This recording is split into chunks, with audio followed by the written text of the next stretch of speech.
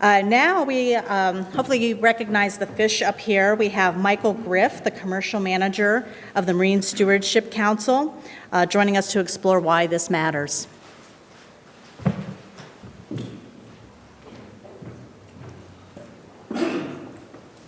Good afternoon.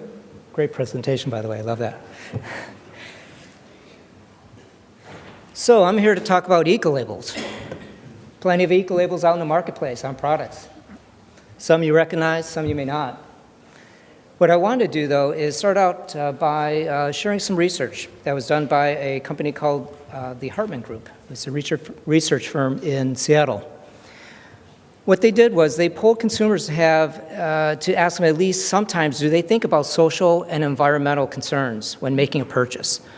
Amazing, 84% said yes in some manner.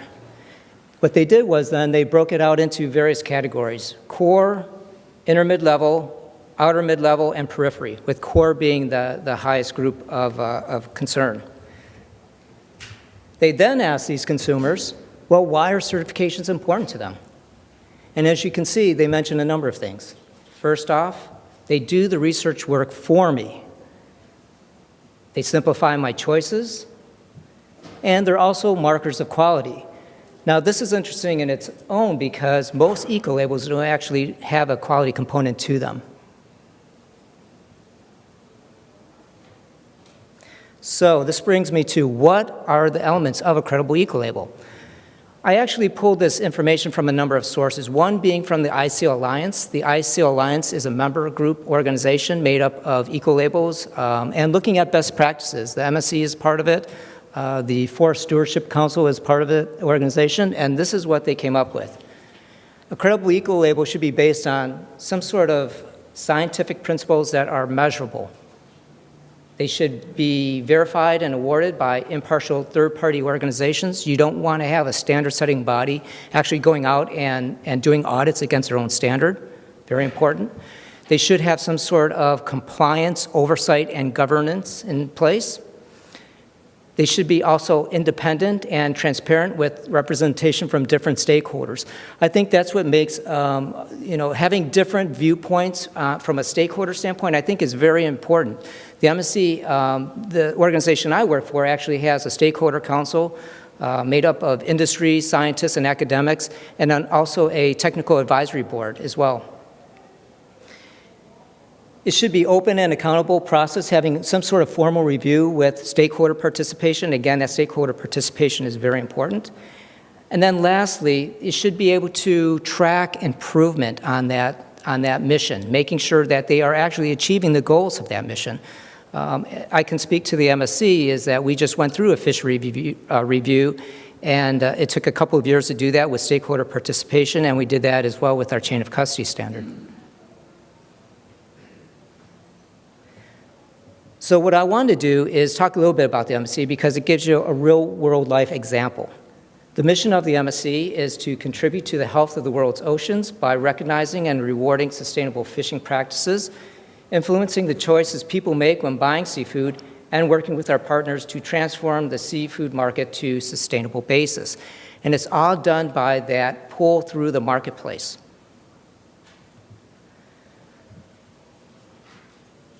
The standard is based on UN FAO Code of Conduct for Responsible Fishing. We do have that broad stakeholder consultation in place.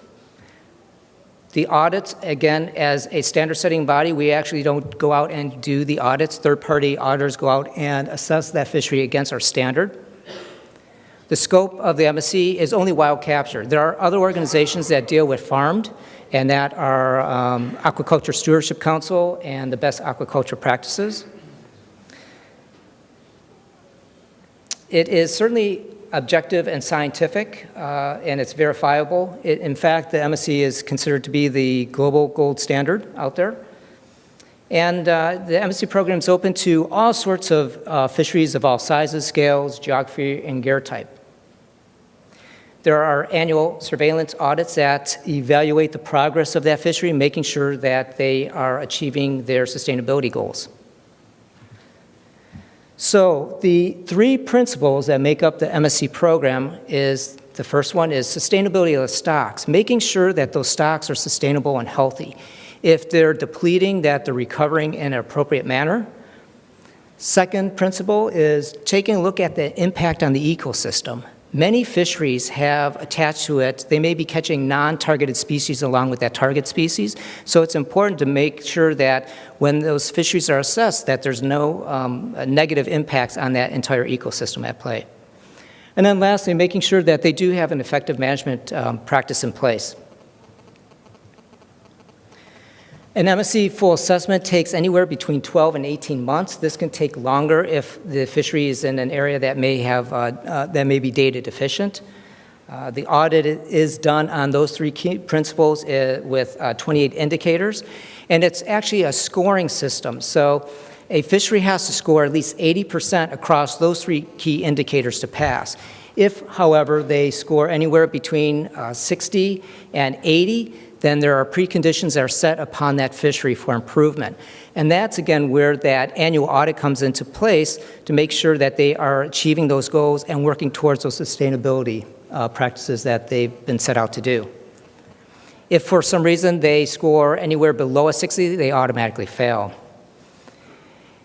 The process is open and peer-reviewed. What happens is that the auditing team will compile the analysis that is completed, and then that report is actually taken outside and peer-reviewed by other scientists. So it's a very rigorous standard, and there is also public consultation and stakeholder input along the way that can occur. There are over 250 certified fisheries in the MSC program, 96 in full assessment, and I listed the key sources of oil that are in the MSC program, and that is cod, krill, hake, pollock, salmon, sardine, and herring. And each of these fisheries, they may have larger volumes than others. So the second standard that the MSC program manages is called chain of custody, and this is really important. It's all about traceability back to that source fishery. You want to make sure that if the consumer or a buyer sees that blue MSC ecolabel that's up in the left-hand corner, that they know it's from a certified fishery and it can be traceable to that fishery. The key principles of chain of custody are if you are a processor or a company handling that product and you want to sell it on as MSC, you need to be able to make sure that you are purchasing from a certified supplier or a harvester. You need to make sure that it is identified from receiving all the way through the end, so it's identified all through the stages of handling. And it must be separated and segregated to make sure that, again, there's no chance of mixability in that product. They also need to make sure they have a traceability system in place to record volumes. So you want to make sure that what you're selling as MSC isn't more than what you're actually bringing in. And again, this is all done by an auditing process. And lastly, there needs to be some sort of management oversight and training process in place. So the MSC program, Theory of Change, is all about incentivizing fisheries to improve upon their sustainability practices. And as retailers, as buyers, procurement managers, you have a great influence on the effect of sustainability. And so we hope you are with our journey and we can say there is fishing like there is a tomorrow. So my question to you is, are you on board? Thank you.